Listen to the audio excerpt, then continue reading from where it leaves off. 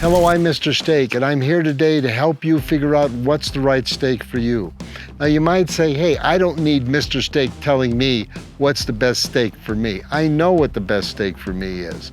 But there are certain tricks of the trade, so to speak, that'll help you pick out the best one.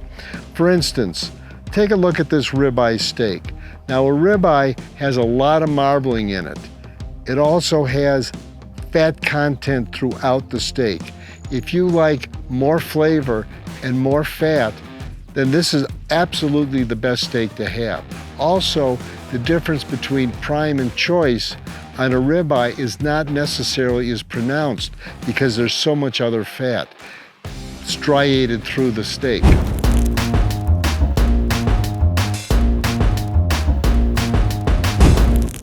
This is a ribeye steak.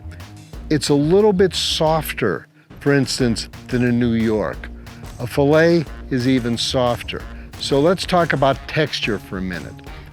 Here's the Kansas City strip. It's firmer than a filet. It has a stronger feel to it. It doesn't cut as easy, but it has a deep, rich flavor. Then we move over to the ribeye. The ribeye is kind of like the Dutch uncle. It's got everything. It's got this soft part here called the cap that's actually as soft, if not softer, than the filet. It's got all this fat on here for the people that love that fat flavor. And then it's got the eye of the ribeye that's more or less similar to a New York. It's just got everything in it. Here's a filet mignon. The texture is very soft. It's almost like a pillow. It feels really good. It has a buttery feel to it. It's really easy to cut. It's kind of the steak of kings.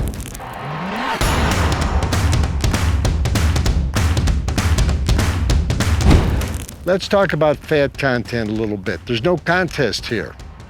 The filet has very little fat content. Take a look at this steak. I'm just gonna pick it up and show it to you. It's got striations of fat in it, but it doesn't have any other fat attached to it. Then you have the New York strip or the Kansas City strip. Here at the end, the tail, a lot of people cut that off. And if you cut that off, there's very little superfluous fat on it. A little bit on the edges, which you can cut off, but mostly it's meat in the center. Then we come to the ribeye steak. Take a look at all the different places where there's fat on a ribeye. Not to mention, this being a prime, striations of fat all through it. The ribeye has tremendous flavor. You can close your eyes and you can taste it. It feels so good. So my feeling is, if you really want that ultimate meaty, fatty steak with all the flavor in the world, you go for the ribeye. If you're looking to be more health conscious and you want a tremendously flavored steak, you go for the filet mignon. It may not have all the fat in it, but it has more meat flavor, whereas the ribeye has meat and fat flavor. Then you have the New York strip, kind of in the middle. It's got both. It has some fat, but it has more meat.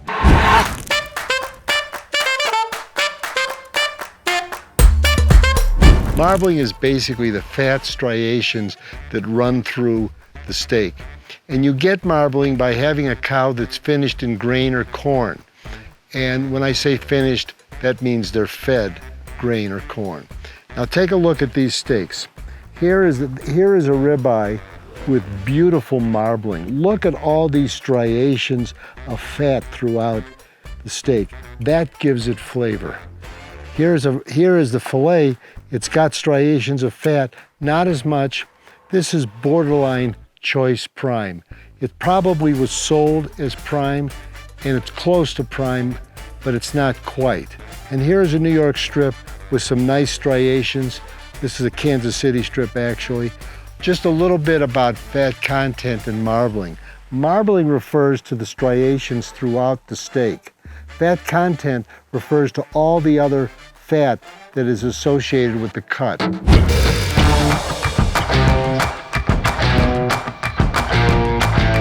You know, when you buy a steak, if you buy a thin one, it's going to cook fast and it's not going to have the ability to have as much flavor as a thick steak. The only time a thin steak is good is if you're having for perhaps a skirt steak or a flat iron steak or a thin steak that's marinated, and then it'll have more flavor. But if you want a really flavorful, full-bodied steak, it has to have some thickness to it. This is about 1.25 inches thick fillet. This is about the minimum I would go with a fillet. This is about a 1-inch ribeye, and I wouldn't go any thinner than that. And here is a New York strip. I would go 1.25 inches to 1.5 inches as the minimum for a New York strip or a Kansas City strip. Why? Because when you cook it, the flavors are infused more, it doesn't get burned, and it's gonna be better. A thin steak is kind of like thin tires on a car. You know, you can have thin tires, it's still gonna get you there, but you know, it's gonna be a rougher ride, you're not gonna enjoy it quite as much.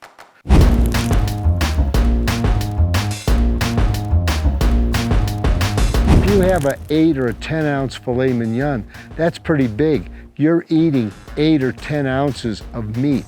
If you had the same size in a ribeye, you might only have 4 or 5 ounces of actual meat. So you need a bigger ribeye to get the same amount of meat that you get on a filet.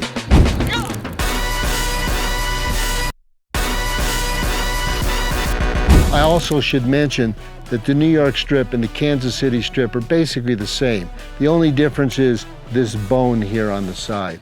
I've been having Kansas City strips myself because I like the extra little bit of flavor you get out of a steak with a bone.